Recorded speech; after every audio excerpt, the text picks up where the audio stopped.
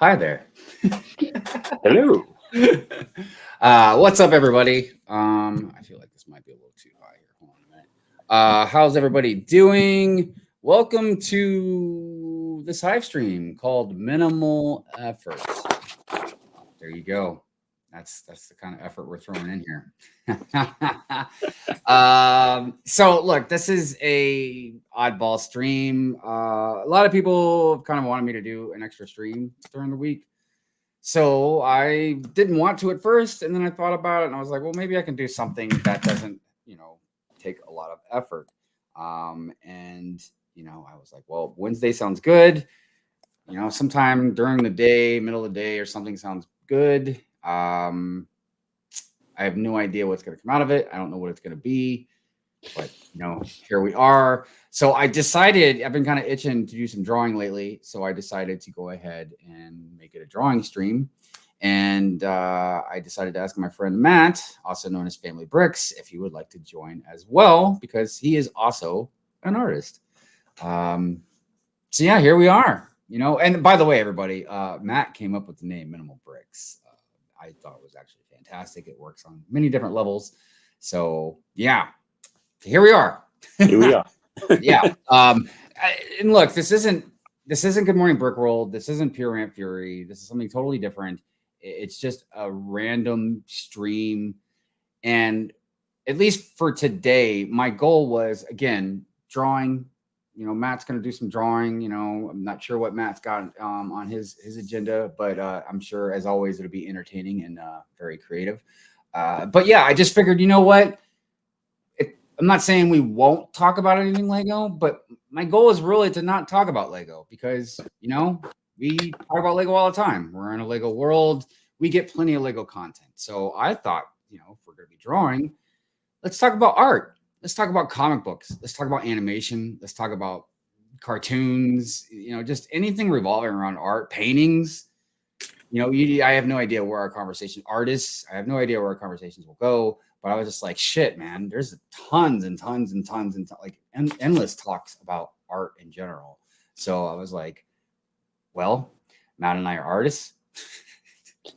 We're going to jibber jabber. And I was like, that'd be a good focus on stuff. Because, like I said, we don't want to just talk about Lego. Everybody talks about Lego. I'm not saying we won't, but it's not the goal. Clearly, there's a lot of craziness going on in the world that we don't want to be talking about because this is not that kind of stream. So yeah, we're going to kind of stick to art, pop culture type stuff. And when I say like art, it doesn't have to be like, we might start talking about He-Man, I don't know, but it's just the whole thing. Now, what am I doing? I am going to be drawing the Boosh helmet. Every time I say Boosh, I think of that show, from over across the pond, the Mighty Boosh. Mighty Boosh. Mighty Oh Boosh. God, you're putting me on the spot here. I'm not great with English shows. Well, I only do so much of that lore, but that's what I always think about when I think about Boosh. So I'm going to take a stab at, doing another hyper realism portrait. Look, you guys are probably not going to see a whole lot done. I'm going to try and just get the basic framework done on it. If I like where it's going, I'll do another stream drawing it, and then so on and so forth. If I keep liking where it's going, I'll keep drawing and streaming it. Once I've got what I want done, then I'll probably scan it and then start drawing more on it in my digital canvas. Blah, blah, blah. But yeah, Boosh won, by the way. It wasn't a landslide. Sabine was really close, man. So I don't know. Maybe Sabine would be next. We'll do another poll in the next one in another 9 months when I decide to draw another helmet. Before I do get started on this, and I wanted to say, I'm going to acknowledge the chat, obviously. I'm going to say hi to everybody. But if Matt and I both are drawing and we're kind of focused, the chat might scroll by, and I just don't want anybody to think we're being rude. This isn't a normal stream. Like I said, Good Morning Brick World and Pure and Fury. Like I just enthrall myself into the chat. You know what I mean? But this might be a little bit different. So I just didn't want anybody to take offense. This is almost more like just entertainment, like just hearing us talk about fucking shit and then watching some artwork come to life.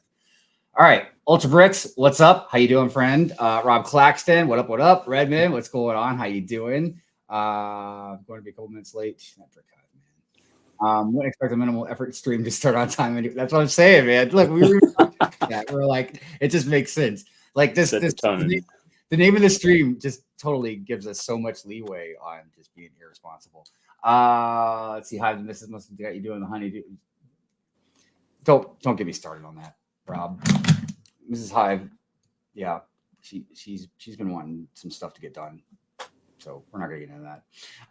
Moments of the magic. What is going on, Cooper? What's up, Coop? Lady McBrick. Hello, Nicole. How are you doing? Greetings from Germany. Greetings to you too. I hope you're doing well, my friend. Thank you for being here. Minimal effort story of my life. I would not say that. Moments of the magic. If anybody watches your stop motions, they know that you do not put minimal effort into your stop motions. That's for sure, man. Like that stuff takes forever. Faith of Misery, what's up? How you doing? Thanks for being here. By the way, Faith of Misery, my kid loves your name. They're like, Faith of Misery, that is an excellent name. I was like, yeah, no. I was like, Faith, he's an awesome person too. Anyways, Delicious Foods, what's going on? It's good to see you here. Thank you. What's up, Greg Lennon Bricks? How you doing? Says at last we have an artist stream. It's been a minute. It has. Yeah. I was actually looking for last time I sort of did like a draw stream, and it was almost like 2 years ago. So, dude, you know what's even crazier? I'm such a slacker. Both my Cody and my Death Trooper helmet, definitely at least the Death Trooper. I'd have to look, but I've got footage that I was going to do a speed drawing video of. Yeah. But I just never put it all together. So, yeah, go me. Let's see here. Goodbye, Brick Hive. Hello, this lady's out of hibernation. Yeah. Life happens. KO, what's up, King Oldendorf? Okay, yeah, King Oldendorf, how you doing? Papa Rex in the house. Good to see you. Got Brent's Bricks out there. Yo, how you doing? Like Brent just made me think of another thing that if we thought about it, we could talk about with artwork is skateboards. So anybody that has ever skateboarded or at least has known skaters, you'll always know like skateboards for the most part always have awesome artwork on it, to the point where some skaters are artists themselves and they use boards as like canvases and stuff. It's amazing. It's amazing stuff. My best thumbnail to date. It's for the views, man. It's for the views. Minimal effort. Cool Hand Luke Bricks. What's up? How you doing? Let's see who else out there. All right, cool. All right. So, all right, make sure most of that there. Yeah. For me, what I was actually going to do is probably as a bit of a warm-up at least, all over the place with things. I'm going to throw it out to the chat. What should I do a quick sketch of? Hey, I don't want to interrupt. I'm going to take the headphones off so I won't hear you for a minute. I'm going to go grab a light because I think I'm going to need more light right here. And so, if anyone's got any suggestions for anything, throw it in there, and we'll see what we can sort of come up with. Might be a bit rusty, having not done it in a while. I think everyone's caught up in the chat. Playmobil.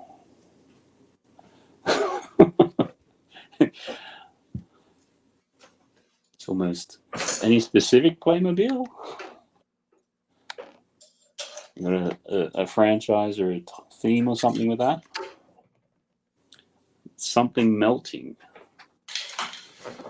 Well, if you put those two together, that could be disaster.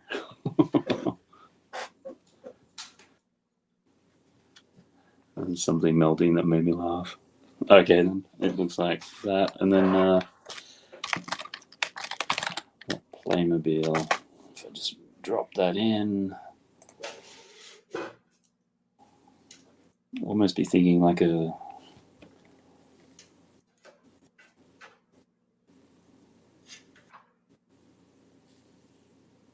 melting minifig.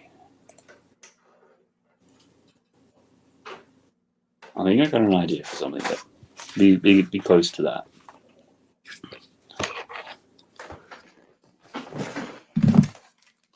I don't even feel like that helps. Playmobil and a Lego minifig being barbecued. Snap, man. What kind of psychos we got out there right now? Oh, it's print. Never mind. Never mind. We're good. We're good. I don't know. Greg upped the ante with the barbecue. So, so what are you drawing? Did you get a suggestion? Yeah, I got a couple there.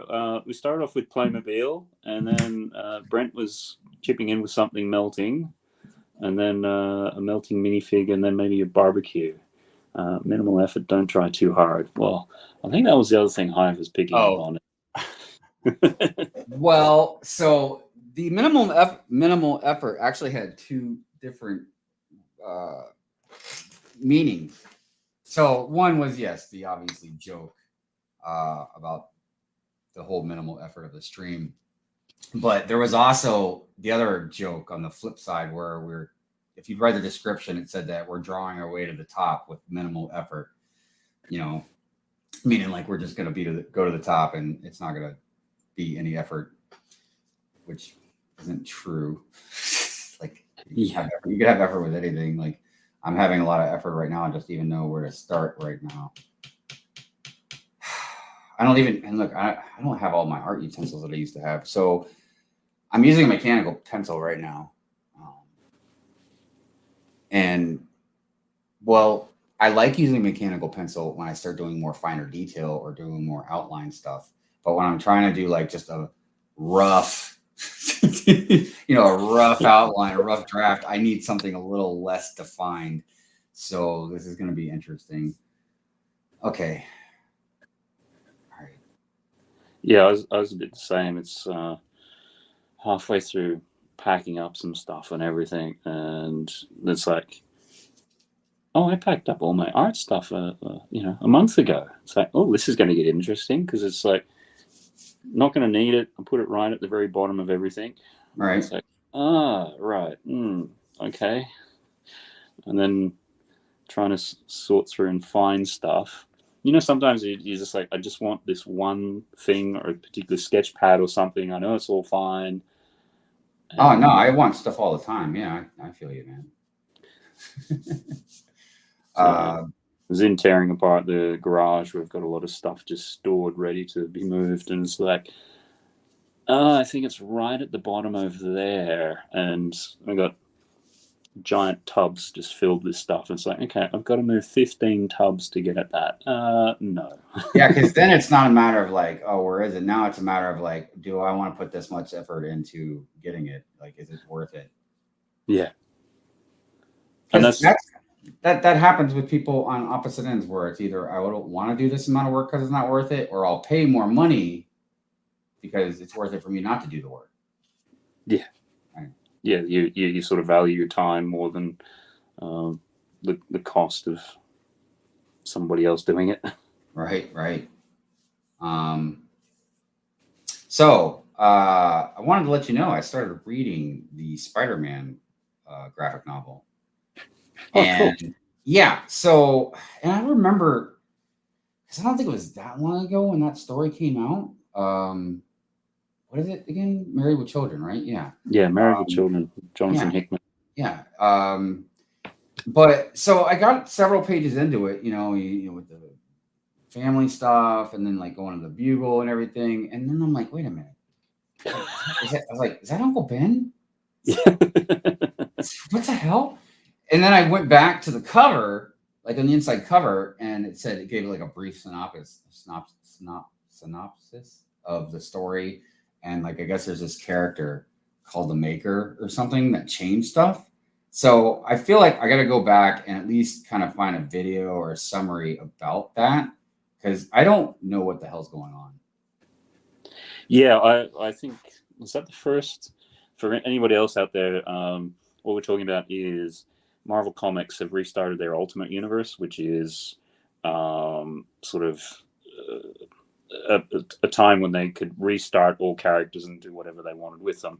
So they've done it again. And yeah, they've done it with the Maker, which I believe is a version of Reed Richards, but he's like all powerful, but he's decided to... Wait a minute. That's who they're talking about? Yeah. Oh, shit. Okay, no, that makes more sense. And I can't believe I couldn't remember his name. Yeah, everybody, the maker is the ultimate Reed Richards that went all fucking villainous and shit. Yeah. And imagine a villain Reed Richards. Well, okay, some people can't imagine that, Matt, because they don't know who the hell we're even talking about. So, Matt, would I be wrong to say in chat, please? I know I'm not paying attention to the chat. I'm sorry, guys. It's just I'm trying to focus on strong. But would it be wrong to say that Reed Richards is the smartest man in the Marvel universe? Because I know Tony Stark and even Peter Parker. Like, there's a few others that are definitely up there, but I feel like Reed Richards is at the top. Yeah, I'm just trying to remember whether.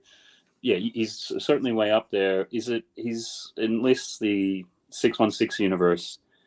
His son is Franklin. Is he smart or is he just all powerful? Dude, no, Franklin Richards is like Omega level. Like, he's like the Molecule Man, where he can just warp reality and shit. Yeah, like super, super powerful. As a matter of fact, I think he even went toe to toe with Thanos when Thanos, not with the Infinity Gauntlet, but what was that? There's a cube. I can't remember. The Cosmic Cube. Cosmic Cube. Yeah. I'm thinking All Spark. It's like wrong franchise. Yeah, wrong franchise, right? Yeah. But anyways, so imagine a villain is Reed Richards. Somebody is that smart, you know what I mean? And that's why he like tore stuff up. Yeah, because I was much the same as literally I went into that that graphic novel cold, not knowing really anything. Oh, I know Ultimate Universe Restart. Okay, and you get into it and you turn the first page and he's going, Parker, Parker, Parker, and you get this old guy responding. It's like, what's going on here? And then it's like, a couple panels later, oh, it's Ben. It's like, oh, okay, so we're really different now. Right. Yeah, that's what I mean. And the one thing I always give it up for in the Spider-Man universe, at least, is Ben has always stayed dead. Yeah. And I really appreciate that. And a lot of people might not understand that don't collect comics, but in comics, it's just a trope that a superhero will die and come back. Yeah. Well, I think the last time I fell for that shit was when Superman died. Yeah, I think we all did. And then like my buddies that are older than me are like, "What do you think? He's really gonna stay dead? It's freaking Superman." I was like, "Man, I was like 12. Like, get off my junk, man." Anyways, yeah, we didn't have social media to tell us otherwise. Because the closest you had was like a previews or something like that, and even then, because they actually stopped printing like all the series for about 3 or 4 months, so it's not like, oh, okay, you got the previews and here it comes back. It's like, no, they actually don't have anything. But yeah. Ultimately, are they going to kill their cash cow? But I think at least with Ben Parker, like that's so fundamental to Spider-Man that he feels what he does is driven by the guilt of that. So if you brought him back, it's almost like, well, he doesn't have that guilt anymore, so he doesn't have to be Spider-Man as such. Right. Yeah. No, that's a good point. Another one that I remember a lot of my friends and I knew other people were pissed off about was when they brought Bucky back, because Bucky was another one that. Yeah. Stayed dead for all that time. Even though the Winter Soldier did turn out to be really awesome and shit. But no, that was the thing. So like they actually handled it pretty well. It's like, I might have to give him a pass on that one. Yeah. Every once in a while, I don't mind being a hypocrite about some stuff. But yeah, it's got to be done well with it. So just having a quick little look at the chat here. Yeah, I was gonna check too. Rob saying hi to KO, Andrew Phillips, yo. Hey, Brick and Brood, Joel's Bricks, what's up? Brick and Brood there, and just saying hi to KO and Greg and Joel Bricks, yo. How you going? Hey, and Costa Bricks, what's up, Emily? How you doing? Good to see you. Hope you're well. Awesome. Bricks, yeah. King KO. I always think of that. Maker is very scary. Greg, basically Reed Richards, part of the parcel of Secret Wars, which really need to. That's one thing I've never particularly read. I'm fully aware of its place in terms of we want to sell figures, make us a story. So, right. Coming out of the 80s. And then I think, was that the first time that they had the black Venom or the black symbiote costume? Well, that was Secret Wars when that first came out, right? Yeah. And then I think Todd McFarlane might have brought it back. Because I think Secret Wars was 84, and then yeah, when Todd first went on to ASM, or sorry, Amazing Spider-Man, his first thing was, I want to draw Spider-Man in the red and blue costume, you know. So get the costume, get the symbiote off him, and yeah, they pulled him on Eddie Brock, and part of the thing, not so much the middle finger to the writers, but it was sort of like, okay, Eddie Brock's going to be bigger and stronger. He's going to have the costume. It's going to be whatever. So you guys are going to have to, you know, really come up with some good stories for Spider-Man to get around him. Yeah. And that's why you need good writing, you know what I mean? Because, you know, look, obviously we already have what is it, the suspense or whatever, like where we can get past some stuff and believe in other things, you know what I mean? Like when it comes to science fiction, fantasy type stuff, you know what I mean? But you still need to have some type of ground, you know, at least for that environment, that story, you know what I mean, that reality. You got to be consistent. So yeah, I've really appreciated it, you know, when artists and writers or whatever can do that. Yes, it's been interesting because obviously when you had Image come along and be all about the artist and, you know, really fracture it, the particularly Marvel have always been, okay, this is all about the writing now. Like, you know, we're never going to promote artists like that ever again. And I don't necessarily think it's worked too well. No, like, obviously, not at all. Like, because there's some combination of, you know, when you have the writer artists like a Frank Miller, look at all the, you know, Dark Knight, Ronin, all that sort of Daredevil, even the early Wolverine miniseries. Like, there's just something about a writer artist that they can deliver, which you just can't seem to replicate with a separate writer and an artist. No, and that's why a lot of good artists and writers work well together because they collaborate the right way. Or like a writer will give the artist a lot more freedom of expression. And then there's some writers that, you know, write every single detail of every single panel. You know, because I've known a lot of artists that have dipped in and out of the comic book industry. And I've been fortunate enough to meet a few famous artists like Jim Lee and stuff, and gotten to ask them a few different questions that I never really seen people ask before. Yeah, it's I'm way off here. Something's not right. I'm way off. And this eraser sucks my ass. Fuck. Let's see if this one sucks ass. Yep, this one sucks ass too. It's like trying to erase with porcelain. Like, what the hell, man?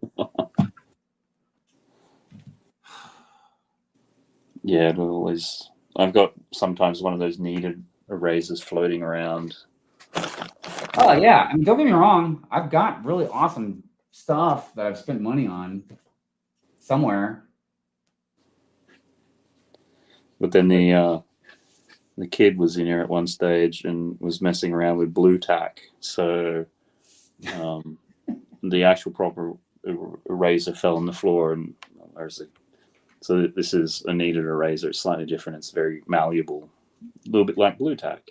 Right. So which I use a lot with stop motion. Yeah.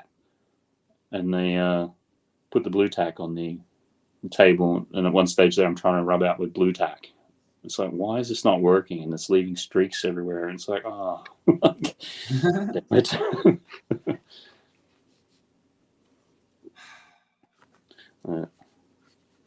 No, I've just been having a hard time getting the proportions right in the front of this mask. Yeah, it's quite sort of a bit of an old shape.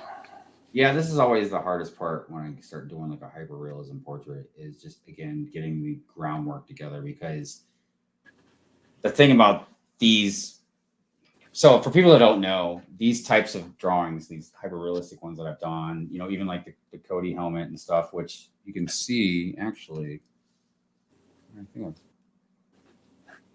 somewhere over here. I don't know. But here, hold on. It's right here. I can reach it. So, like this one right here, which you guys have seen a billion times, but you know, I just use it as an example. So this took me, oh man, I don't even know, but at least 9 hours or more to draw.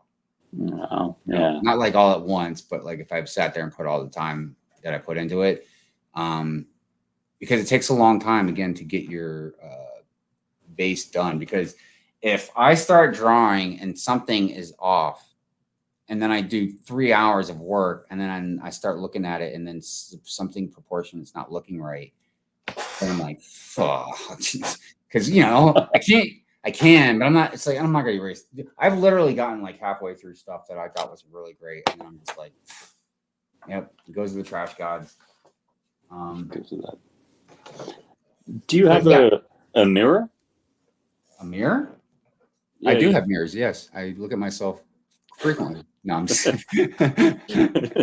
Well, at least we can discuss your vanity a bit later on. But Yeah, I'll be ranting about my vanity on for everybody.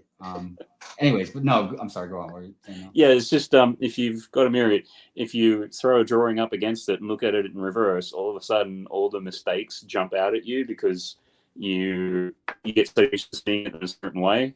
But when you flip it, all of a sudden, you know, you really notice, hey, wait a minute, that proportion's not right, or that line's too long, or this, yeah, the head looks like it's been squished in or something.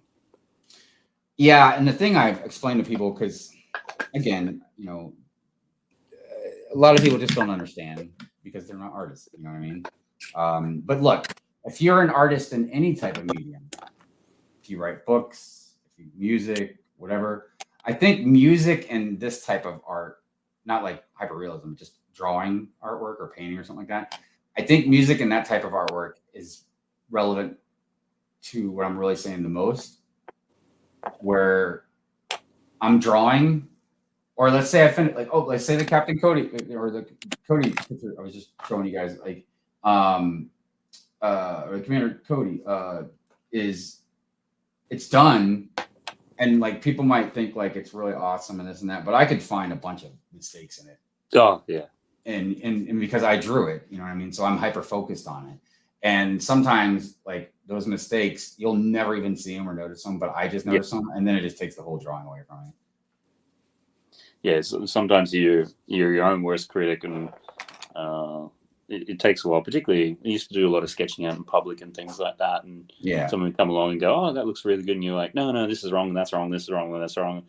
People don't know. It's just like, you know, stop doing that. Just, just be thankful and chat about something else. Like, and shout out to Beef out of you in the chat. Good to see you. Beef, what's up? Hold on a second. Hold on a minute. Here we go. Hold on. How's it going, brother? How you doing? Another artist. You know, maybe if I do another artist stream, man, maybe he might want to join. I know there's other artists in the community, obviously, but yeah. Beef does a lot of very detailed stuff. Yeah, I remember. It's been a while since he's done anything. Yeah, he was posting some stuff on his stories and things, I think. Yeah, but it was pretty detailed work. Yeah, it's one of those things too that I like. Man, I wish I had a better eraser. Fuck. Where you can look at it for a long time and just kind of keep finding stuff or not get bored of it. That was something I used to do a lot of too when I was younger. Would draw a lot of detailed stuff that would have like hidden and subliminal messages in it and shit. Just for fun, man. Yeah. Just to see if anybody. I still do it today with like, you know, Good Morning Brick Road intro and stuff. It's just fun. I always like stuff like that, like inside jokes, and you know, I always talk about lore, that kind of stuff. Stuff just to amuse yourself. Yeah. Yeah. No, it's funny sometimes when you go back and you forget about stuff and you come back at, drawing an image, 10, 20 years later, and it's like, oh, that's right. Yeah, I forgot about that bit. Yeah. Yeah, because I was going through artwork to put actually underneath this table because I didn't know like it would show through. It's just I didn't want anybody to see like just the floor or something. So I put like different pieces of artwork back here. Like this is a cyborg drawing I did of me. I was talking about this the other night. This was the mechanical jumping spider that I did. You can't really see it that well, and then this, of course, the light's in the way, but is a portrait of our cat that passed away a few years ago. No.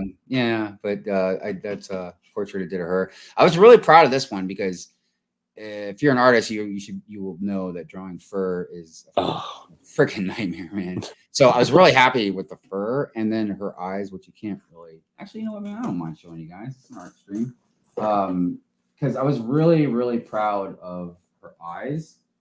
You might be able to even see because there's a little bit of green in there. Yeah. You can see the green coming through. There we go. If I can get the dang thing right. It's hard to look at the camera and not. Yeah, it's like. But yeah, so.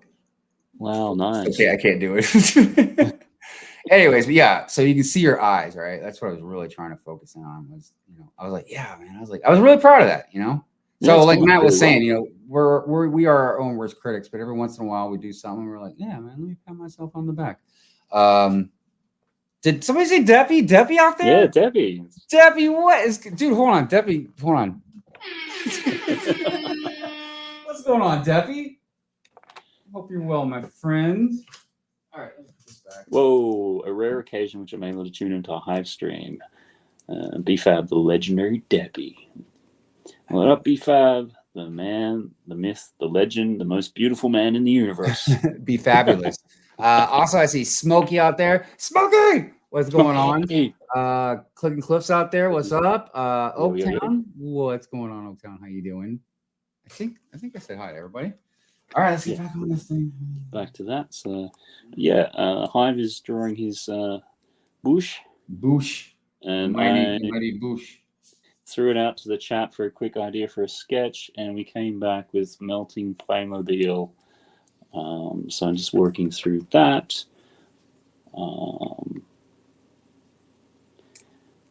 Debbie feels so honored by the air horn fanfare. Emoji face. All right, I think that's better. Yes, that's better. And the other thing I was going to try to possibly farm out to the chat. Each year I usually do like a Christmas card illustration, which I then use to when I'm sending Christmas cards to various people. And last year I wasn't going to do one, and then I spoke to Hive, and he's like, "Oh, I really look forward to it every year." It's like, okay, that's convinced me I need to do it this year. No pressure. So this year I need to get my button gear and get that done, but I'm coming up blank with ideas. So if anyone's got any ideas or make some suggestions, I'll certainly pay attention. This year I think it's just going to be an illustration because paints and everything are all packed up, and that's not going to happen. So that's always nice to throw in some different mediums once in a while. Yeah, and try to. Sometimes with illustrations, you can get a lot of bang for your buck graphic wise. So, oh yeah. Whereas paintings, you can 10, 20, 30, 40, 50 hours later, it's still not quite done. Yeah, one of the things about painting that was always interesting to me is how it's layered. You know what I mean? Which I learned from Bob Ross, by the way. Yeah, the whole layering thing. Oh my God, something's not right. Something's not right. Because that's how, at least when you're going with realism, as you probably know, the way that you achieve it is through lots of just slightly different colors and variations. Yeah. Whereas, if you do things which are flat color, you end up with cartoons and things.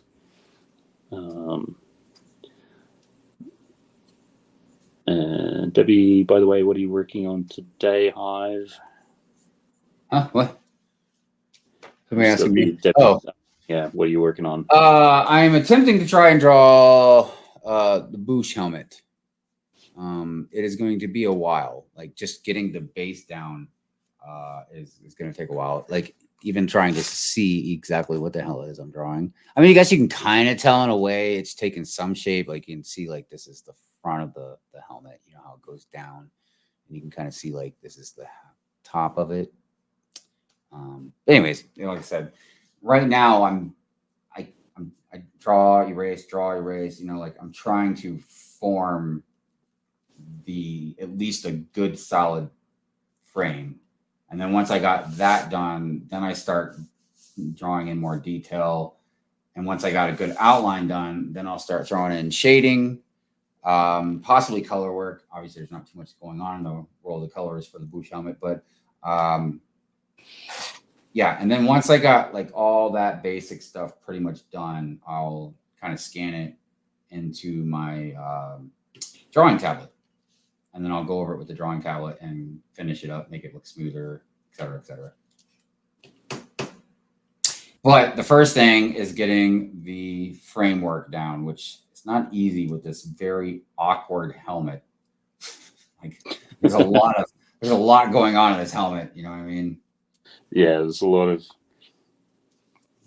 pretty natural sort of curvy type lines going every which way.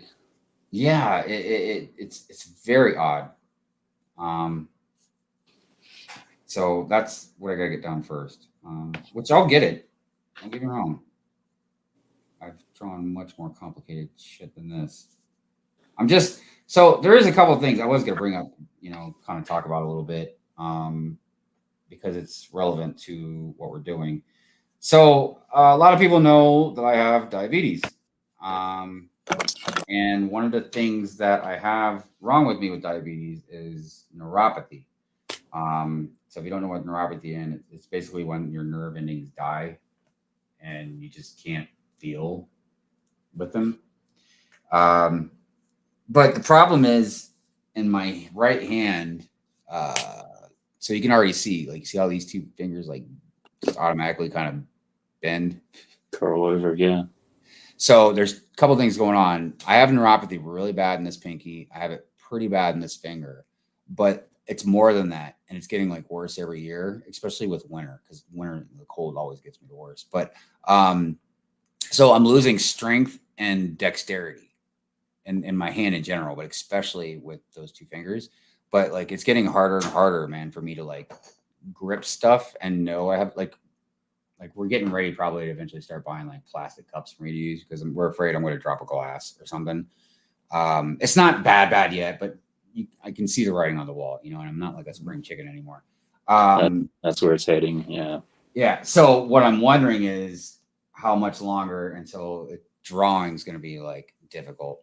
And obviously I space it out like months at a time. So I really should not be wasting any time with it, but you know, yeah, you know, these things, we do what we do. We do what we do. But I mean, that's when your style can, well, you know, change and it'll become a lot more, you know, rough or, because, you know, if you're losing that sort of control. But if you do things, you know, possibly much bigger, then you can always zoom out, you know, the sort of impressionist sort of things. So you're up close, it looks all wonky, but then you step back and it actually works. Oh, that's true. Yeah. Yeah, it's very true. Very true. Thought I saw there. BFAB, we all have Matt's Christmas cards. Honestly, it makes me so happy when I get one. Yeah, and it's always nice. Always get a lot of good feedback from that. So part of the reason sort of keep doing it. Oaktown Bricks, Brick Hive, I'm doing well overall. How about you? I'm groovy, brother. Debbie Ship Bricks, very cool. That's going to be a complicated one with that shape. You got this, bro. Thanks. Dusty Bricks, happy little trees are my favorite. Happy little bounty hunter. I mean, look, I'm happy little bounty hunter. Like it's very rough, but I mean, I'm happy with, you know, and again, very light. Like, let me like blow it up here. I'll put myself on the jumbo. Yeah, you can see it. So, yeah, so I'm not happy, but I'm happy with at least the shape that's coming out. You know, again, it's going to be very rough until I get to a place that I want. But for sitting here for what, you know, we didn't start until right away, so about half an hour worth of work. I'm cool. Yeah. Where was I? Oh, I was gonna check the chat, see what everybody's saying. Yeah, between the Team B, what's up? little happy trees and the happy clouds and the happy accidents. And you know the story behind Bob Ross, that he was like a drill sergeant in the army. I thought that was Mr. Rogers. No, it may have been Mr. Rogers, look, but no, definitely it was Bob Ross, because that was the sort of thing he wanted to. He's sort of like, you know, I spent a lifetime yelling at people. I want to do the exact opposite of that. So yeah, that's pretty wild to think that. Right? It's like happy trees, happy accidents. Yes. Well, the thing too was, you know, obviously his demeanor was chill, but his messages were always nothing but positive. Yeah. Like, and not like some people might say overly positive. I wouldn't even say overly positive. You know, it's just he just saw. It's almost like he wouldn't succumb to negative words. He wouldn't succumb to even a tone that was negative. And I think it's because, one, you know, yeah, he probably just his demeanor in general, but two, you know, he was teaching everybody of all ages, including children, you know what I mean, how to paint. And nobody wants a pure Aunt Fury while they're trying to learn how to paint. You know what I mean?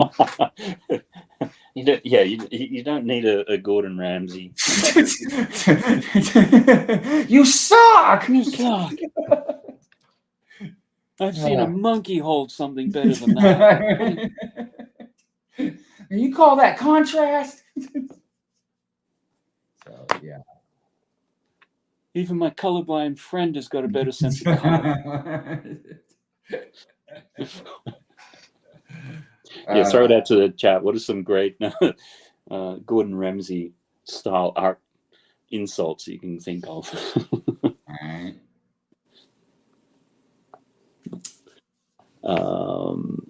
What else we saw in the chat there?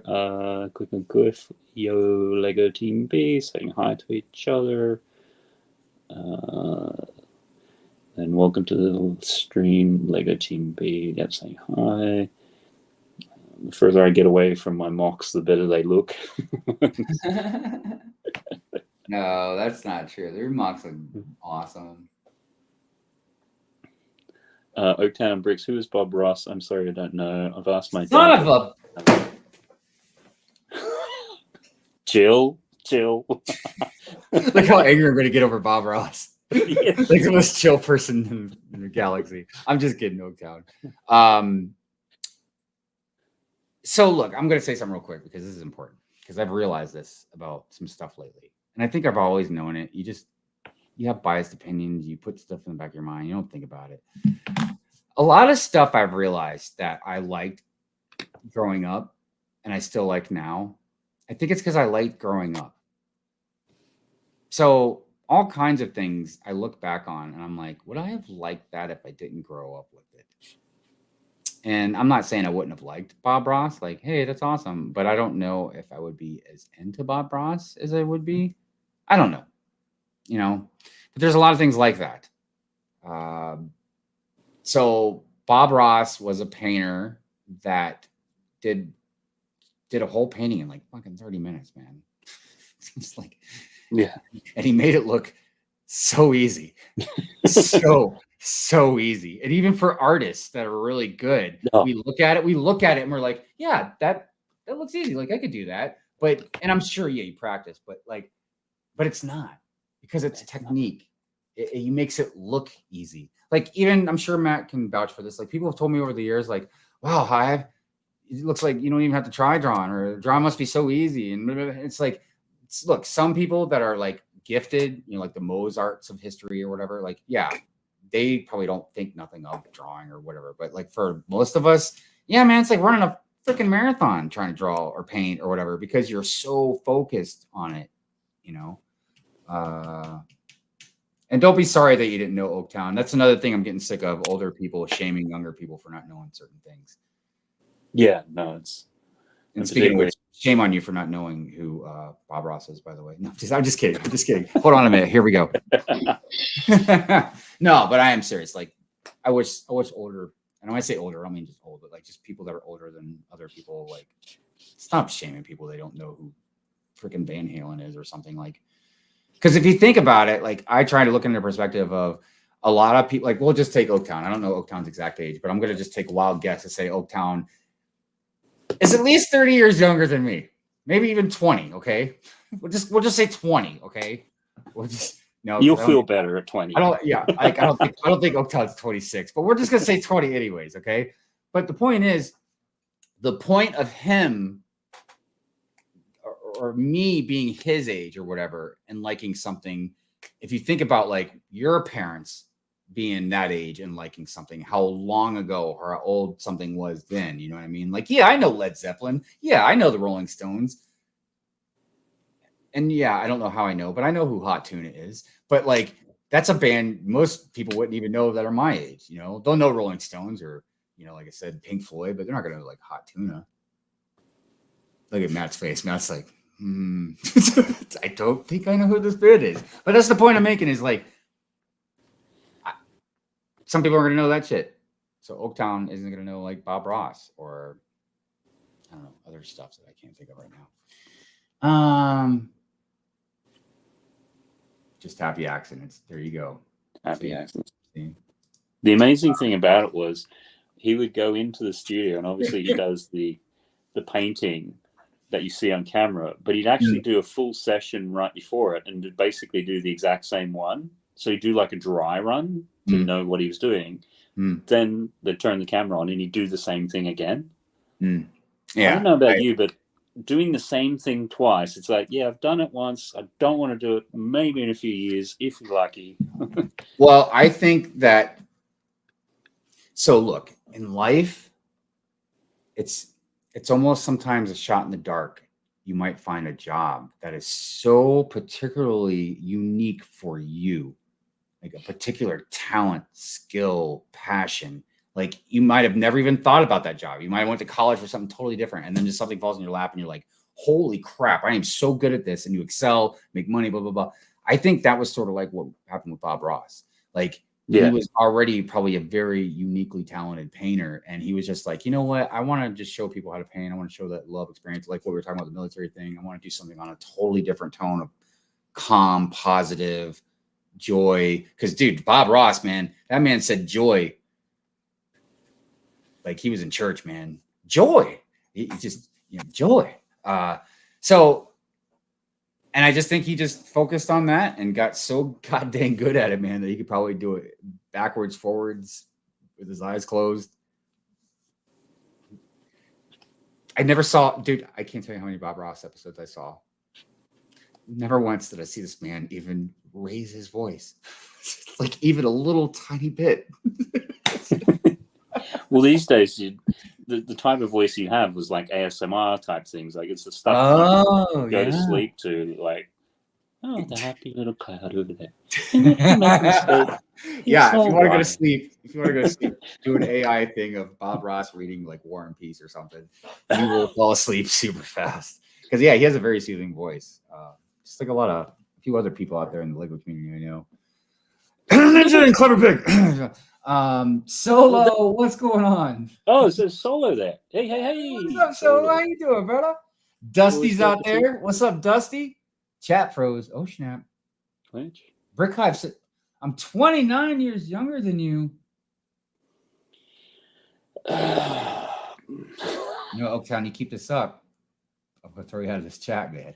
No, I'm just kidding. You know I love you. I have so much respect for artists such as yourselves. You guys excel with art you put out. Oh, thanks, Steffi. Appreciate that. And plus, I saw BFAB said something. You both are insane artists. No, really appreciate it very much. And ironically, like Matt and I are both very different type of artists. Like I don't want to say I couldn't, but I would just say I couldn't touch painting anywhere close to what Matt does, or probably even have the patience for it. Yeah, everyone just has their own things that they gravitate towards, and over the years, it's become more of a particularly. I used to be really bad with acrylics and things and could never get them to work. Yeah. But then had kids, and it's like, because I love oil painting, but getting the richness and everything like that, but it just takes so long. And then you have kids, and it's like, I just don't have the time. I've got to do something quickly. So you kind of I'm kind of curious. I don't think I've ever asked you. Have you ever done any sculpting, like with anything, clay, wood, vegetables? Yeah, no, did for a little while carving with sandstone, because when we're in Sydney, it's literally the whole area is just built on sandstone, so you have it really cheap, and it's really readily accessible and everything.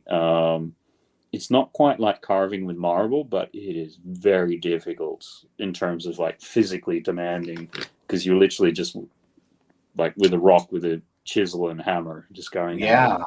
And that's definitely a different type of sculpting, because if you mess up, first of all, if you mess up clay, it's really easy to mold that back into place. Now I've sculpted a lot of vegetables. I say a lot of vegetables, mainly pumpkins. And when I've messed up on that, it's almost like even if I mess up drawing in pen, as long as it's not too crazy, I can usually fix it. You can save it. Yeah. Now, what you're talking about, you hit something a little too hard, you chip a little something too much off, man. Like, you might not be able to fix that. Or you just happen to hit the wrong sort of like crack fissure running through it, and like the whole part of it shears off, and you're just like, yeah, okay, I'm just gonna walk away for half an hour.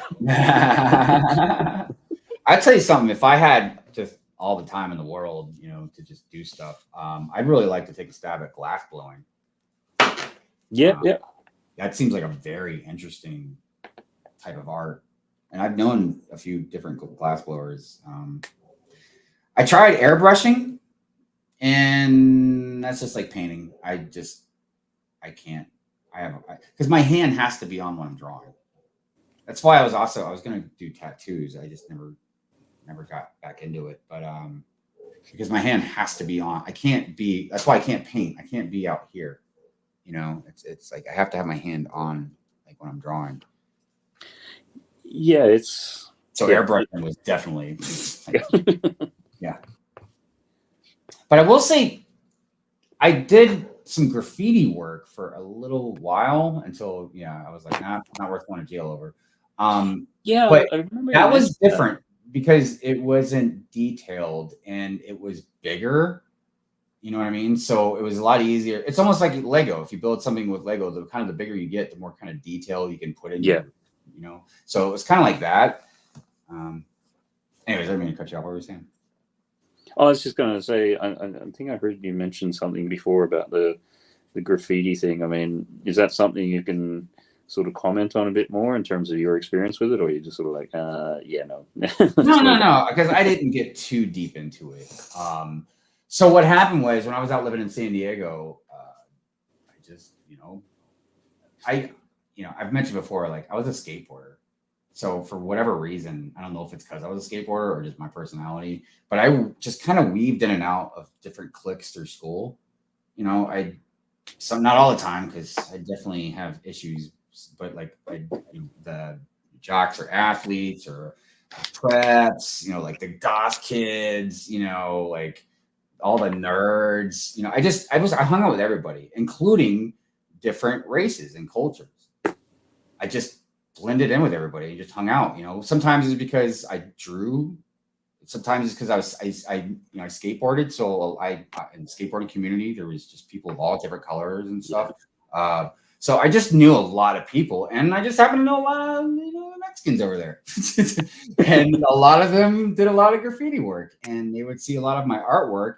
And I remember one day I was drawing a spray can in school, and I drew like almost like it was like a demonic looking spray can with horns, and the paint was dribbling out, and like the dude saw it, he just lost his shit. And he's like, man, he's like, you gotta come do art with us, man. And so I went out with them and stuff. It was really fun. And they showed me like different tips, you know what I mean, to the spray paint. And Yeah. they showed me a lot of stuff. And you know, I did a few small things and I started getting a little bit better. And I don't know, we did it several times. And then yeah, one time cops started chasing us. And I was like, no. It's like this isn't worth, you know, getting in trouble about, man. Like, and of course I should have known better. I just didn't think about it, you know, because we'd be like in abandoned areas. You know, it wasn't like we went to like the shopping center and, you know, so that was my experience with it. And after that, I because before it, I always loved graffiti work. I don't really like messy looking stuff, but obviously there's beautiful, beautiful graffiti. You know what I mean? So I've always loved it, and that's why I kind of wanted to try it out and do it. And then even afterwards, I decided when I did do, because I still did a lot of it. I actually saw one of my pieces that I did when I was looking through artwork earlier. But I just do it on paper now. You know, it's just, and a lot of graffiti artists do that. They do everything digital now and just self print. Like I'm so proud of a lot of these, you know, artists, you know, like some of them now, man, have galleries, dude. Yeah. They got their graffiti on paper, you know, like hung up and like framed. I'm like, because that's what it's artwork, man. I mean, yes, the culture, the background, you know, you see graffiti on like the subway trains and whatever, you know what I mean? Like, I know some people don't like it, and I get it. It's technically vandalism, but I'm sorry. I have a biased opinion about it. I just love it. I think it gives charm and art to a city. I think it makes it very unique, and it doesn't make it look so bland and the same. You know what I mean? But when I say that, I mean I like it to at least look like art. You know, not just scribble shit. You know. So, anyways, yeah, I've been proud of a lot of the graffiti artists. They've really taken, and not just that, but the art itself.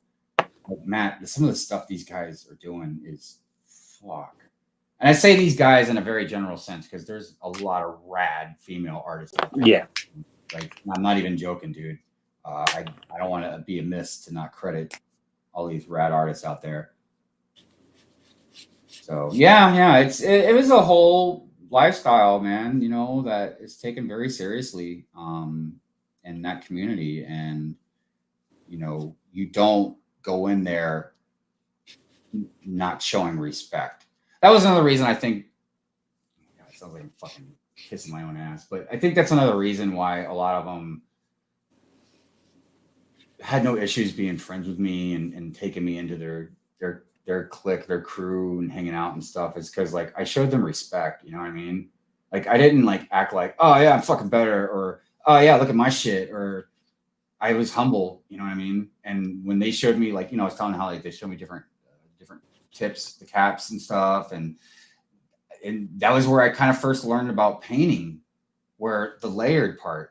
Because, you know, you don't understand sometimes, man, like how a lot of stuff's done, even if you admire the artwork. So I never realized until then, like they lay down the colors, like almost like a backdrop, and then they go over it like with the outlines and then like the gleams and I say gleams, I don't know if that's the right word, but, you know, like the little shining stars, the glints and things. Yeah. Like, but the first thing they do is they know in their head what that shape is going to be, and they lay that down, and then they go around it with the outline. And dude, I love watching any artist do artwork, sculpt, whatever. But man, it is really neat to see stuff like that come to life, because you have no idea, you know what I mean, like how it's going to work or come about until you start really seeing it take shape. And you've just YOLO X has just given you a super chat. What? YOLO for the UCS barge fund. Oh my gosh, YOLO! No, I don't look. It's gonna take a lot of $10 donations for me to get that sail barge, dude. Like, I'm so sorry, YOLO. Hold on, I'm gonna do a super chat in just a sec, or a super clip. I just wanted to say hi to Papa Trip. I don't think I said hi to you or not. I'm sorry if I did. And did I say hi to Clever Pig? God dang, I can't remember anybody. I'm sorry. I'm a horrible host. I'm so sorry. Let's see. What kind of super chat should we do? I wish I had an art one. You can do Gundam, like not Gundam. Well, it's kind of Gundam. It's Ready Player One. That's almost like art. Maybe try. Oh wait, we should do an art one, like from like an anime one, like so that we got Strange, we got Doctor Strange, or we got Ghost in the Shell, Ninja Scroll. Well, we can do Ninja Scroll. It's not too gory or anything. Oh my gosh, I don't know what we do. Ninja Scroll, Doctor Strange, or Ghost in the Shell. What should it be? You got a pick? You got one? You got one that you like more than another, Matt? Oh, I see you throwing it out to the chat. The second, I mean, well, if Yola wants to pick one, he can. But if he doesn't, you got one you got a preference of? So I don't keep everyone waiting on it. Ninja Scroll. I mean, sort of start with that one. If they come up with one, then yeah, we'll do Ninja Scroll. And if Yola wants a different one, we'll do a different one. So all right, here's Ninja Scroll. This is generally a pure Ant Fury one, but again, it's not like violent, like gory or anything. So we can check it.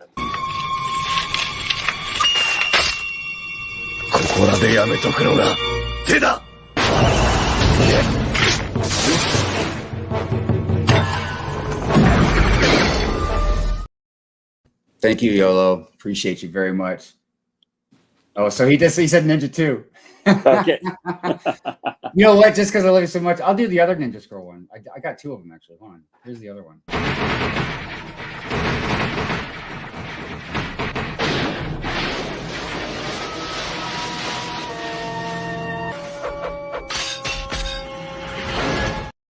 Dude, that dude was badass. Yeah, if you have never seen Ninja Scroll, if you like animation, that kind of stuff, I highly recommend you watch it. But it is from the 90s. There is nudity in it. There is much gore in it. But I don't think there's language. So you're good on the language part. You're safe on that one there. You're safe on the curse words, but you might see a titty and there might be some arms cut off. So just throwing it out there. I was just seeing Solo's comment there. You know you're bad at drawing when your 6-year-old daughter does better drawing than me.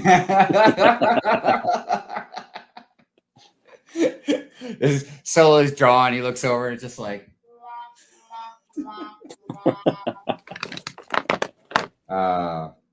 Yeah, no, I that's funny. Solo. I was telling a friend earlier about a long time ago. You know, occasionally I would ask friends, family, like, hey, I feel like I need to practice drawing, you know, what should I draw? You know, and normally people would just say something kind of easy because I say practice, you know, just need to practice drawing something. So one day I asked my kid, hey, I kind of want to practice drawing something. What should I draw?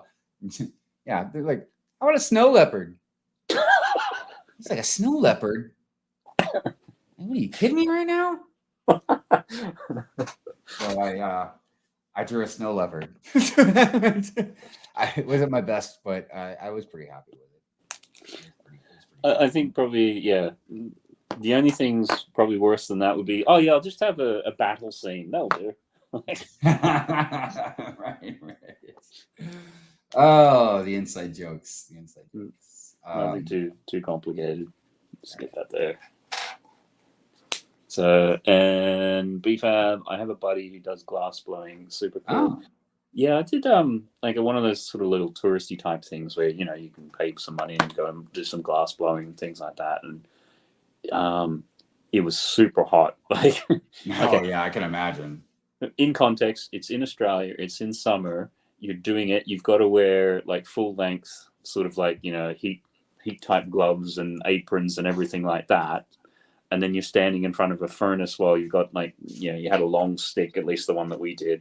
And you've got like the glass on the end that you heat up and then, you know, you're manipulating it. And yeah, it is super fun to do. And you just seeing like when glass is like that consistency and being able to manipulate it, it's like something you just don't really ever do. Right. I was like, I think the camera started tilting a little bit. Hold on a minute. Oh, goodness gracious. So, There, other people just saying hello and everything there. So I think all up to date with a bit of the chat. Oh, there you go.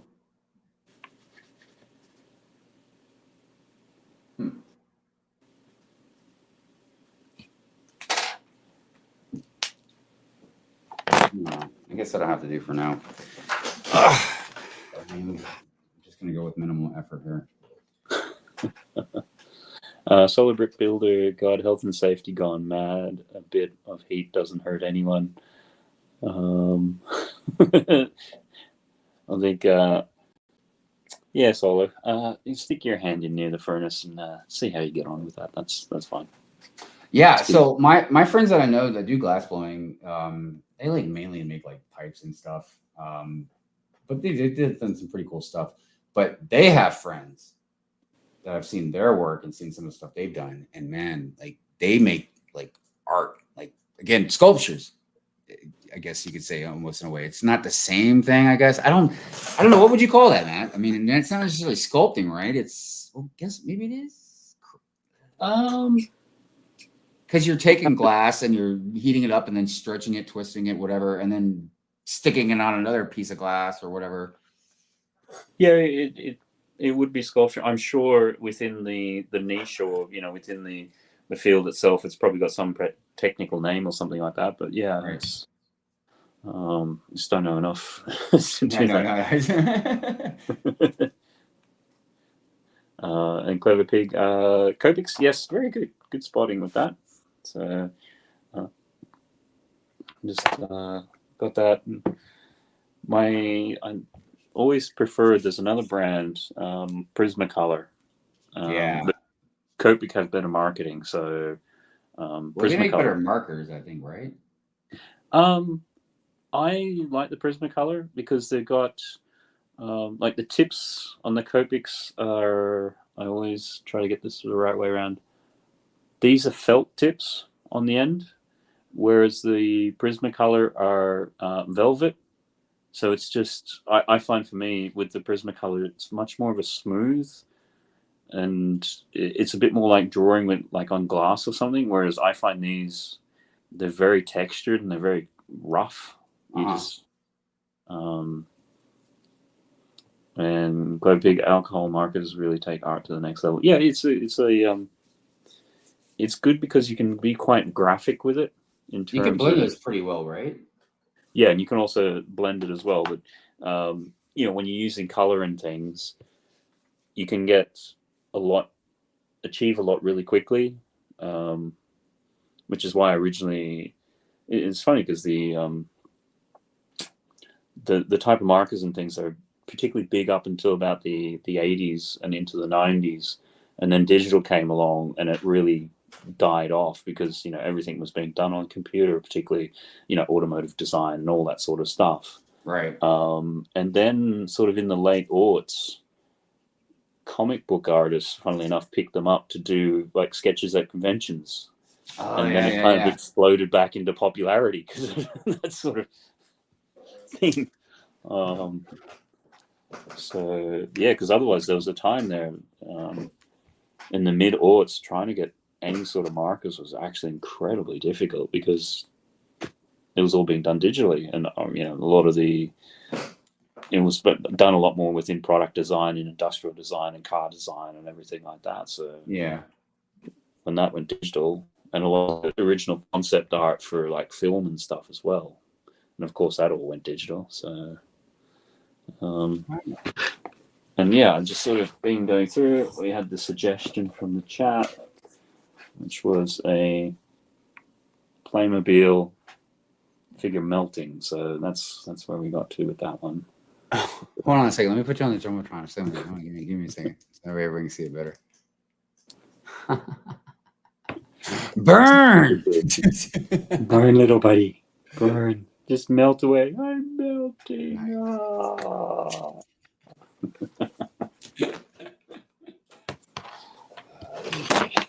Nice. Nice little bit of a warm up there. I'm just, annoyed that I don't, much like you, have sort of like camera sort of set up so you can actually see what I'm doing more so than this mug here.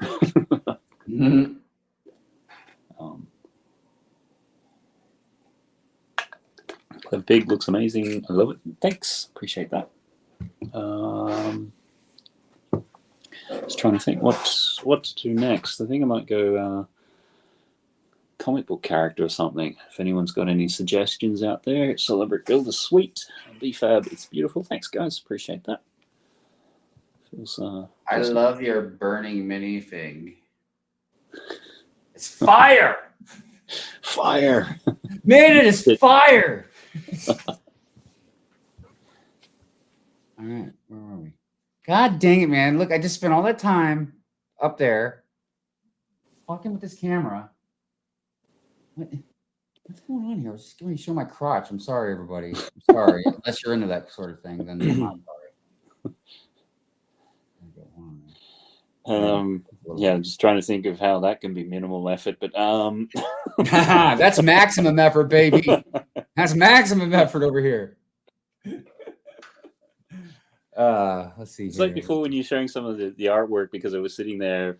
Because if it wasn't there, have you got glass? Is it like see-through? Yeah. So yeah. Mrs. Hive got me this drawing table. There's me. I'm gonna pick my nose. Mrs. Hive got me this drawing table. Oh man, a long time ago. Not too long after we started dating. Because she'd seen me like take like a piece of wood and like sit on steps to just draw on a piece of wood or something. Like she's like, why don't you have a freaking art table? I'm like, well, I've had some over the years. I was like, but every time I move, I just leave it behind or whatever. So she bought me this, and I've just had it ever since. Oh, sweet. Yeah, it's really great. But yeah, it's glass. Yeah. No, that's why you're talking about it before. Huh?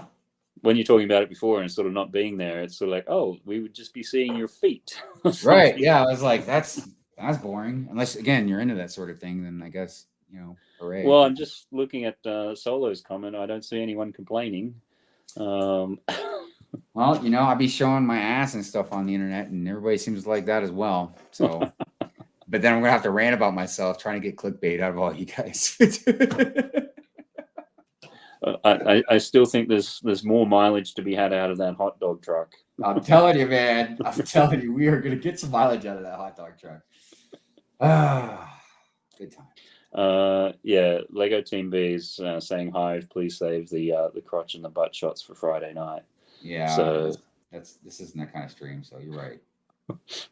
Solo, what have I missed? Oh, you've missed maximum effort, Solo. Maximum effort, buddy. Maximum effort. Oh man, I'm gonna really hate Boosh by the time I'm done drawing this. I can feel it. It's gonna take a while to get these proportions right. There's just so many different odd angles. Yeah. Well, like just in the helmet, just in the front of the helmet alone, she's got this whatever visor type thing sticking out, and then like the whatever thing on the side, and then her visor underneath that, and just there's a lot going on here. Debbie Shipbricks, I leave for 5 minutes, and this is what I come back to with zero context. Awesome. It wouldn't be a Hive stream if you didn't walk in with zero context going, what in the hell is he talking about? What's going on with that? Hot dogs, mileage, booty shots. Like, what? That's how we roll, Depp. Remember? The good old days, man. Debbie's old school. Debbie was around in the beginning days, man. Beginning days? Debbie chilling with a freaking switchblade, dude. I loved it, man. It was so great. What were you saying, Matt? I'm sorry. Sorry, when you're saying at the beginning, the beginning of the your YouTube journey? Yeah. There's a handful of people out there. They know who they are. BFAB's one, Debbie's another, Solo's another, you're another. Like different points, but I'm just saying, like really from the beginning era, though. Phase 1 of Brick Hive channel. But there's definitely a few of you guys were like literally within the first several months easy. Well, I was going back the other day through like the first couple of videos which I did, which this is I think 2019-ish, Right. And yeah, which is what 5-6 years ago now, Something like that. and it had the kids, and like them 5-6 years ago they were really young, and it's just like wow, like you even sort of.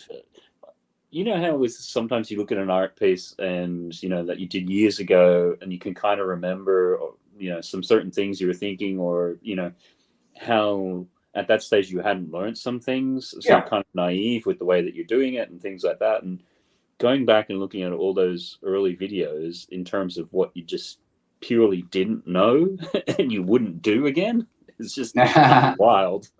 Yeah. Yeah, about that. I thought you were going to talk about like how much just we've seen people grow up and stuff. You know what I mean? Which I was like, yeah, that's true. Debbie's probably a good example of that. Because I feel like Debbie was a teenager when channel first started. And think about it. Let's say he was 15. Well, fuck, now he's got to be 20, 21, whatever. You know what I mean? Like somewhere in that area. But then I'm like, oh, wait, I don't want to think about that, because then that makes me think about me, how much older I am. Yeah, so we can go ahead and get off that bullshit. Sorry, Debbie. Well, some of the fun streams. The one which always stands out in my mind was Tech having a bit too much to drink on Christmas. Oh, how about Tech on Halloween? Did you ever see that one? I may have missed that one. What? When he was dressed up as a giant penis? Yeah, dude. I remember the SpongeBob one, but I thought that was a charity stream. Dude, giant penis in the house. It was epic, dude. It was epic. Now, whether or not alcohol was involved, I don't know. Look, I don't judge people, man. You know what I mean? All I know is I had a giant penis in my stream, and it was the best thing ever. Oh, God. You take that out of context. Yeah, go ahead and clip that one, guys, and stick it in your back pocket. God damn it, Boosh! Fuck. And yes, Clever Pig, I saw your comment. Here, let's go ahead and highlight it. We're going to highlight it. And you know what? I'm even going to give it an air horn. Because I know it might seem like you're trying to be all like, I told you so. But look, I'm really feeling that comment because I'm getting ready to fucking tear this thing up right now and throw it in the trash. But I'm not going to, because, it's been like a little over an hour. This is how it goes. I lose my shit when I'm trying to, get the framework done. I know everybody's going to call me names and stuff because this is a female drawing.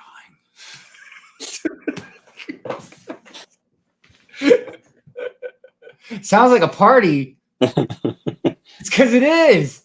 It is a party. It's like step away from the dynamite, Hive. Step away from the dynamite. Christmas Tech was gold. I missed all the fun Tech moments. You didn't miss anything. You're good. Trust me. You're good. you're all right. I mean, the other thing, which I can't even remember what it was called now, when Doc did like a reaction video to that was also pretty funny. Yeah, there was a lot of good ones he did. Definitely made me laugh. All right, guys. I think that's about all I can do today. I'm spent.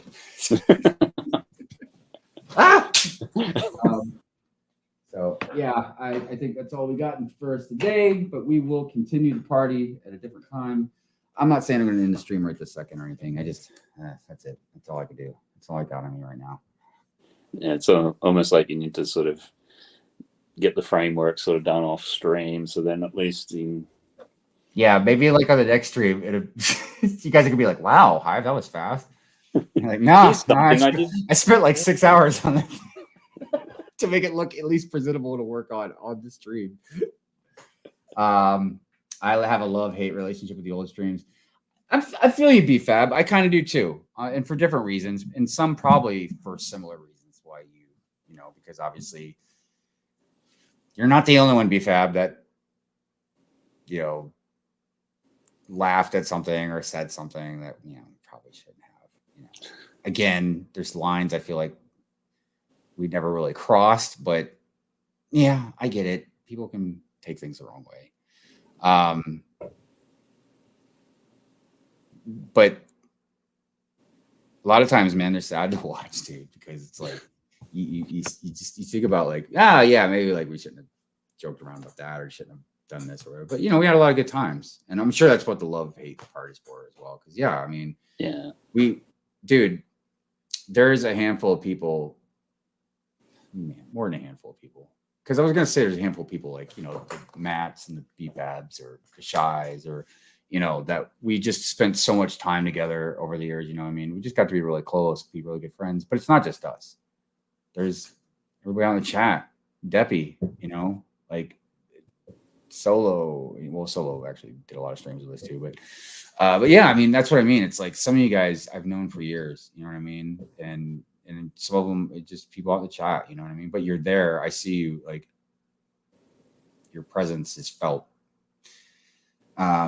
So I get the love-hate relationship, and it's funny because I've had discussions with other people as well that I won't name about past dreams and other lifetimes.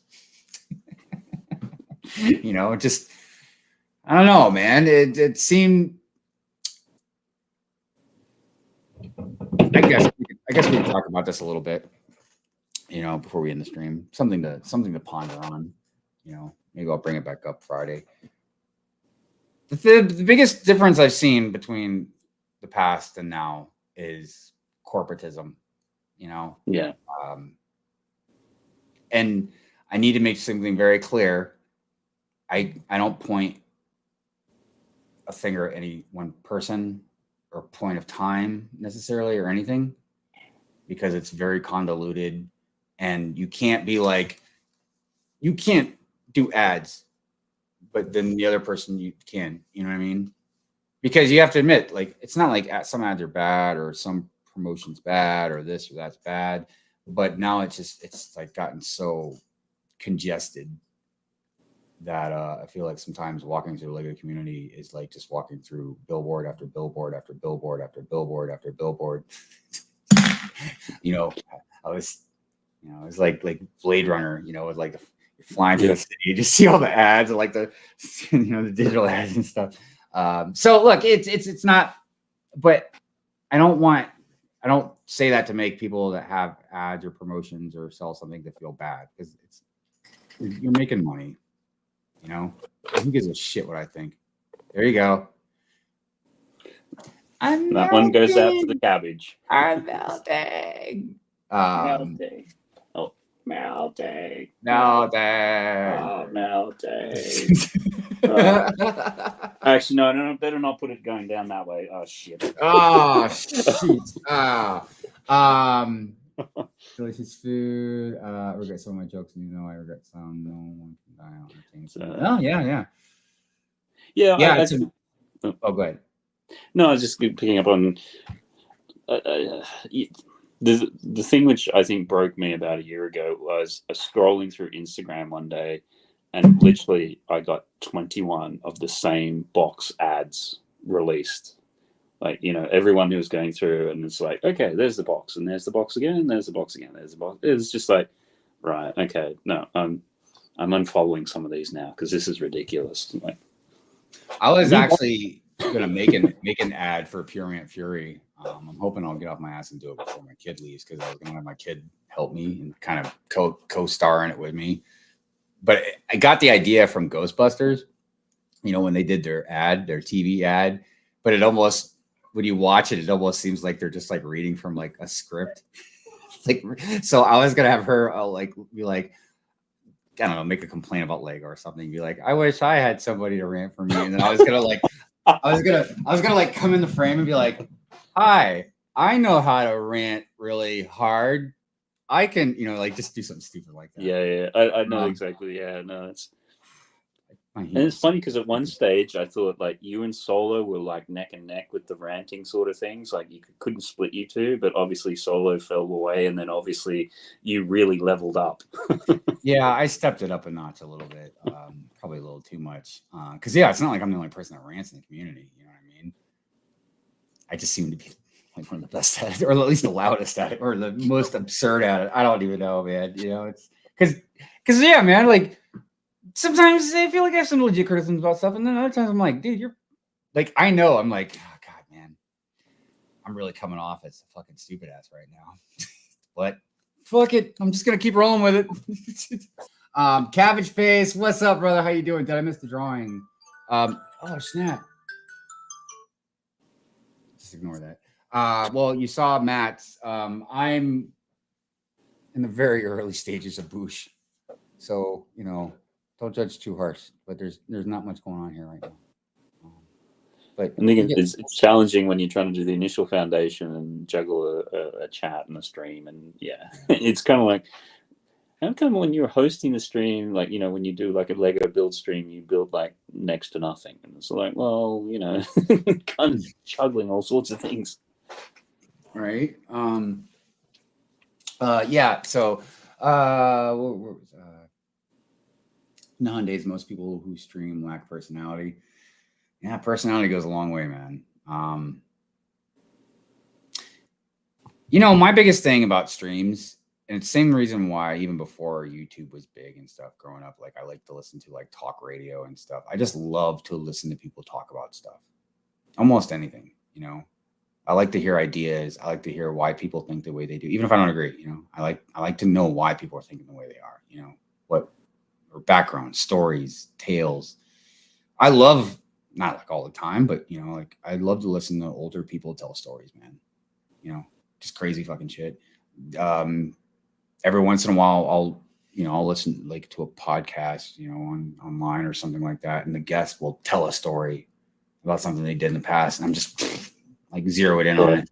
Yeah. I remember one time, I can't remember what podcast it was on, but this dude was talking about like some time he spent in prison, and it was about a 15-minute long story or whatever, but just amazing the stuff that he was talking about, the way he did, the way he was talking about it, like all the experiences and stuff. So anyways, yeah, back to the streaming personality stuff.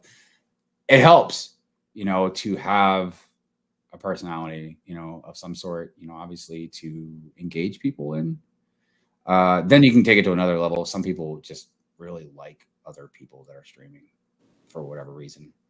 I still don't know what the hell everybody likes my shit for, but I'm very appreciative of it nonetheless. Look at that guy. That's crazy. I just like he's like looking at me. I don't know. It's crazy. Although I do also wonder too. It seems when because early in the piece you had StreamYard and you were limited to 6 people on screen at a time, and then they upped it to 10. And it did feel like when you had 6, it seemed to be more about personalities, like it was easy to do. But then when you got 10, you've got more management issues in terms of. Yeah. So, well, my personal take on it is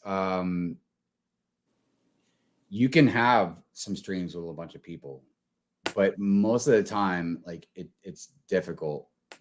I've seen people pull it off. It just depends on how well the host can navigate conversation. Because sometimes it's very good because you got a lot of different personalities in there, a lot of different voices, it depends on the conversation you're having, you know what I mean? Okay. But then other times it's bad because a lot of times people can talk over each other. Some people might not ever get to say much of anything because maybe 3 or 4 other people are talking more than others. So that's why I'm horrible at that kind of stuff, having more than a few people, because I talk too goddamn much. Like I'm fucking rude like that. I don't even realize it half the time. You know what I mean? And it's like, that's why I always tell like my co-hosts, I'm like, look, you guys can tell me just to shut up. I'm not going to be like, how dare you? You know what I mean? Like, I know I just don't shut up sometimes, man. Let's see here. Oh, Solo. I got to head off to get some sleep. Catch y'all later. Good night, Solo. Thanks for stopping by, man. It's good seeing you as always. I miss you, brother. Let's see. I love the madness. You always just wait. I love the madness. You just always way past my bedtime with it. Oh yeah. Yeah, that's why I left. Like I leave them open for like a day or two, so people can try and watch them if they want. Next time I'll be here on time. Cabbage, you were here exactly when you were supposed to be here, brother. What's God? Always trying to say that goddamn shit Gandalf always says, like a wizard arrives exactly when he's supposed to. When he's meant to. Yeah. Chicago, I'll tell you the time my house burned down. That's my best story so far. I will hold you to it, Clever Pig. Because yeah, Clever Pig and I got a room, so we'll have time to tell stories. Oh, I can't wait till Chicago. I'm doing the Broke Chicago tour, man. I ain't buying shit. I hope I don't buy anything. That's gonna be tough.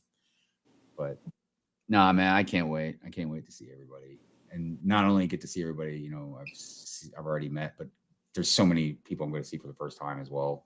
You know, Clever Pigs one. You know, the UK boys.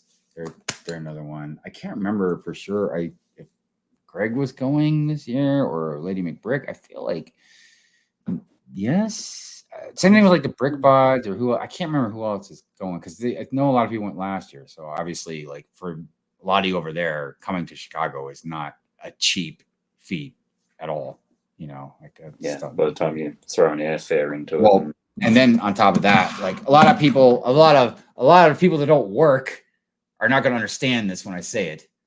But it's not just about coming up with money to go to Chicago, but you got to take time off work. And guess what happens when you don't work? You don't make money. And if you don't make money, guess what? You can't go to Chicago.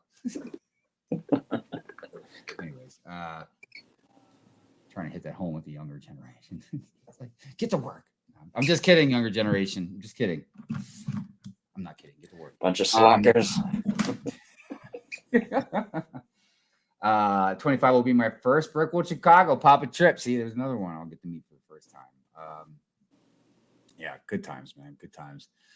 Debbie says, I'd love to make it to Chicago to meet all of you guys. Unfortunately, it's quite the distance to make it. Yeah, that's understandable. It's not so much as a weird time, but it's June, is it? Yeah.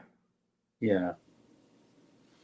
Yeah. So I just, because I have to think in terms of kids' school holidays and things. So, because they're quite vicious here. It's like Australia's different. Like if you take your kids out of school, you know, they don't care too much. Here you get fined for it, and they really don't like it. So it's fined. Yeah, it's so stupid. The idea being was that there's a lot of particularly kids from lower socioeconomic backgrounds, like the parents didn't care, so whether or not they went to school, they didn't, whatever. So they sort of made it, okay, well, you get fined if the kids don't go to school. So all of a sudden, parents are more likely to go, you are going to school because I don't want to get fined. What if the kid goes to school then skips? Well, I mean, at least they made it into school. It's a starting point. So, you know. Because, like, I feel like my parents eventually, instead of saying, like, you're costing yourself an education, they're going to be like, you're costing me money. Get the fucking school. Yeah, no, that's kind of. What's it Luke say? Please come on the Cool Hang. Luke, Cool Hang show. We can do a what grinds my gears in the community episode. Anytime, Luke. Let me know. Just let me know. And I'm pretty flexible because I'm just door dashing now. I'm not doing like what I did before, so I don't have a necessarily set schedule. So if like you were like, this time, I could probably be like, I'll just come home early and then leave again or something. So yeah, man, just let me. But I mean, obviously, you've seen me. I mean, look, I try to contain myself a little bit, you know, from other people's streams. Try not to curse or go off on too much of a tangent. But, you know, Luke, I'm sure you know, I'm not everybody's cup of tea. Some people have anxiety and shit, you know. But no, anytime, brother, anytime. Anytime anybody wants to be on the stream, I'll gladly come on. I forgot what else I was gonna say, man. Dang it. So you got anything planned, man, for the week? Yeah, way too much. It kind of just gets to the point after a while. It's like, can I spare the time to do this? Well, I am going to do it. So, yeah, it's because I was sort of looking at things. It's like, when was the last time I actually streamed? It's like I stopped streaming the last block. That was like February, Right. And because you're sort of like, I'm sure I did something this year. It's like, yeah, it was like the very beginning of the year. It's just between moving and lots of other major sort of life things up in the air at the moment, trying to all juggle around everything. So, Yeah. And coming off the back of a little bit of surgery as well, it's it's been pretty full on, this stuff. So, Yeah, no, that's a lot. No but doubt. funnily enough, I always find, maybe it's just me, Olympic years, for like the last 20, 24 years, for me, they're always quite intense. That's when lots of stuff always happens. So Normally, because I don't know, maybe it's just me, but like, I don't know, stuff like the Olympics, they usually just pass by me. Like, I don't know, man. I feel like more and more I realize, like, I think I don't care about a lot of stuff and I don't realize it. Like a lot yeah, of people, they're like Olympics and I wasn't meaning world so stuff. much in terms of the actual games itself. It just, Oh, funnily you're just enough, talking about like silly stuff in the every environment, 4 years time it frame. seems to happen. Like on the Summer Olympics too. Like, otherwise somebody would go, "Well, every 2 years you got the Winter Olympics mixed in with it." It's like, no, that's how I can remember it. It's like, because even when it got to the end of last year, it's like, even looking at what was coming up in the next year, it's like, this is going to be a very busy year. Yeah, it's weird, you things just, I don't know, man. Time goes by so fast. I was talking to somebody the other day about the Y2K bug. Remember that shit? Oh yeah. And I remember, and it's funny, it's like, so I remember New Year's Eve 2000. So I was living on Mackinac Island, which is like this island in northern Michigan, like just out in the Great Lakes. And it's crazy because it's a very tiny island, but like there's no motor vehicles. Like you have to get by riding like a horse or a buggy, or a bicycle. It's pretty wild. So I was living there when New Year's came by. But yeah, I remember everybody was freaking out, man, thinking like planes were gonna fall out of the sky and shit. So like the first place we look, like every New Year's Eve, is Australia. Because they're the first ones, So we were all watching, man, waiting to see shit go down in Australia, dude. We were watching New Zealand because they were 2 hours ahead. So, so like, you can... if something happens, we've got 2 hours to figure out how to solve it. So, and then it was the sort of thing, it's one of those like security things where, because it was such a big thing in the run up to it, and then it's sort of like fizzles out as such, but it's sort of like, well, that's because you took enough steps to make sure it didn't. And for anyone who has no idea what this all stems from, is when they first developed computers, because there was so little memory storage available, they couldn't actually figure out how to do the year 2000 because there just wasn't. So the concern was, because when the clocks tick over, what would happen? Like particularly the banking and all these sorts of things. It's like, is the stock market going to disappear? Are all your money in your bank going to do it? And as Hive was sort of saying there, is the avionics in the planes all of a sudden going to freak out and whatever else? So there was a lot of money spent and years leading up to that to deal with. And like with a lot of things, Matt, I look back on it now and I'm like, there was nobody that could just figure that out. Be like, no, dude, don't sweat it. Like they could have made a test run or something, man. Like, or was it just like normally with everything else? I'll just speak for America, where we just overreact about every fucking thing. Because dude, people were freaking out. It was like a big thing. And I was like 22. I think it was like 22.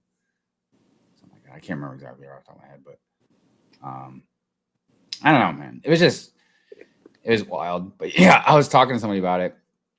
Yeah, and it was just, I was just reminiscing, man, about, throughout at least my history, just certain things that have happened, the Y2K thing, Yeah. Whatever. Then we had the 9/11, and just all kinds of stuff, man, just throughout time now. And God, even that's now 24 years ago, dude. Yeah.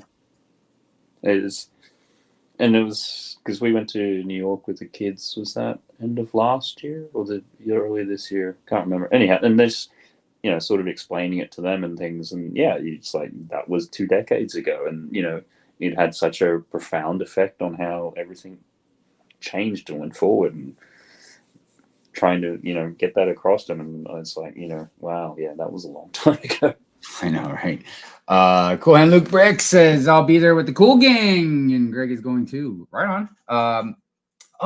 To Chicago. Sweet, man. So that's awesome, dude. Get to meet Luke, Cool Hand Luke Bricks as well. Dude, it's gonna be a rad time. I can't wait, dude. I cannot wait. And I'm so happy that certain people are gonna be there. Because I don't know if it's gonna be awkward with anybody.